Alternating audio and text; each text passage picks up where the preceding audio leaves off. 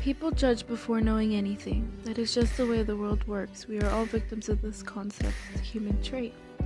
Every time we look at someone, usually the first thing we look at is their clothes, then their shoes, accessories, figure, and their face. And in that instant, we figure out if we want to talk to them or not. It's a cruel thought, really, because we are shown at an early age by the media, our community, and even our parents that people who are different than us must be a threat to us. When in fact, you should be helping those people see the brightness of life like you see it. You could perhaps be the hope that they so desperately need. When I was 3 years old, my family that consisted of my mother and my 1-year-old brother moved in with a quadriplegic woman in an alley, 1-bedroom, 1-bathroom apartment. We had no choice because our father ruined our world and was sent to prison. My mother was so used to her ways in Mexico where everything was almost as if they lived in a third world country. It was a very different way of life. She was an innocent, unknowing, and loving 31-year-old who was determined to provide the most she could for her children any way she knew how to. Little did she know this decision would impact us for the rest of our lives. Very few people knew how we lived, but most didn't know about what kind of conditions we were forced to live in and what our situation was, even though we were right under their nose. Since my age of 3 till I turned 13, my family and I lived in a cruel world we were forced to call home. We would be mentally, physically, and emotionally abused by the woman because of the innocent minds we all had. I don't expect people to understand because I myself don't understand it. When you are raised to think and act a certain way, you become used to it, and that's how you grow up. You don't really know any other way to live. We had no idea what was right and what was wrong.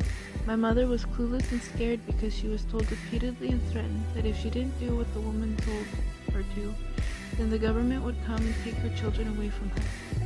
My brother and I were told and threatened with everything we had if we didn't follow her orders, such as getting TV time away, no conditioning in the summer, no heater or blankets in the winter, no outside time, no food, and sometimes we would be stuck in a closet until we apologized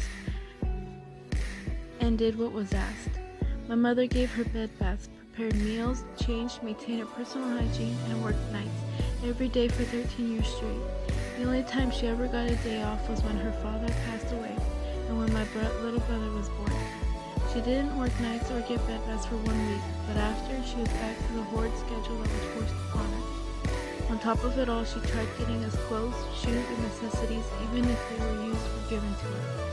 She tried never to miss an awards assembly or parent meeting, and she was always in our schooling, making sure that we did our homework every night and achieved nothing less than the best grades possible. When I was 6 years old, the woman bought a house across town, and we were all forced to move in with her. The house consisted of 3 bedrooms, 1 bathroom, a kitchen, and a living room. My family was forced to live in one of the rooms, while other people that wanted to work for her would live in the middle bedroom, and the woman had her own bedroom. This is the house that I have the worst and best memories of my childhood.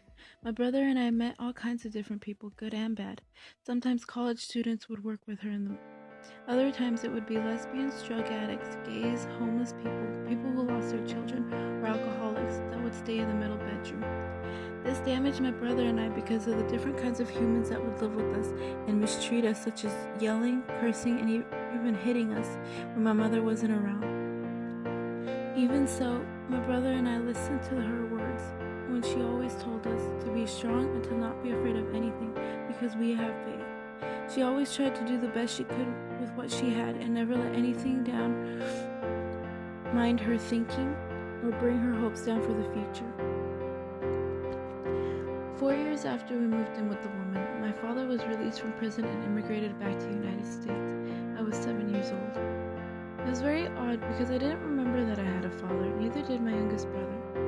In order to save her marriage, my mother decided to have her 3rd child 10 months after my father was released.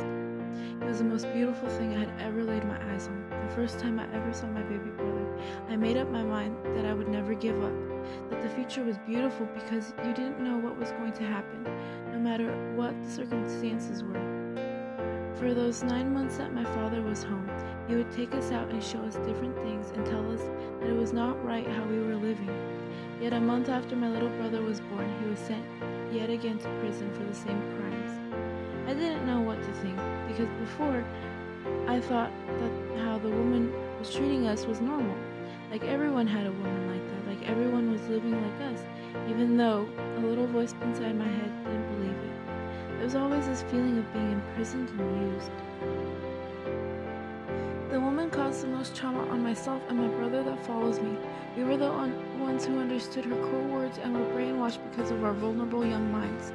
During school, I would get constantly bullied because of my old and raggedy clothes, because I had developed a speaking impediment and I ended up with a lisp and a stutter, because I never smiled, because I was overweight, and because I looked dirty all the time. But what people didn't know was the kind of life that I had outside of school. My brother and I are both claustrophobic. We both have anger issues, we both have been diagnosed with depression, and we both can't communicate effectively with people all that well. I also suffer from severe panic and anxiety attacks. Doctors say it's because of the trauma I went through, since I was the oldest and I lived with the woman and her cruel ways the longest while my brain was developing. I also have 2 herniated discs that came up when I was 12 years old because of the physical labor the woman would have me do at a very young age. Since we were isolated at times from people and got punished for the slightest mistake we made, we had a very hard time adjusting to being normal when we escaped our prison. But even at the moments where it seemed like everything was going to fail, we had hope. I believe in hope. I believe that no matter what the situation is, whether you're suffering from something big or small, we mustn't lose hope in our future, because if we have worked so hard, then why should we give up for nothing? Hope is what separates the weak from the strong, from the actual losers and the winners, and from the prison we live in. That is exactly what we did throughout those 13 years of cruelty. We stayed hopeful. We never missed church on Sundays, nor failed to do a morning and evening prayer as a family, to thank the Lord that we were gifted with another day of life, to bless us, and to most importantly, never let us lose the hope that we so violently tried to keep. 10 years after we first moved in with the woman, we finally moved out. With the help of community members, friends, and even strangers, we moved into a house and began a new life. Even if we each had to contribute to pay the bills, we were more than happy to do whatever necessary instead of continuing the living arrangements that we so desperately wanted to escape from. I believe that the reason why I am still alive to this day is because I never completely lost hope, no matter how close I was to even taking my own life. I found the will to live instead of giving up. Even through the cruelty, through the sadness, confusion, despair, deep inside your heart, a little voice tells you that it will all be okay. That if you let hope guide you, the trail will turn into a road and lead you to a better path. This I believe.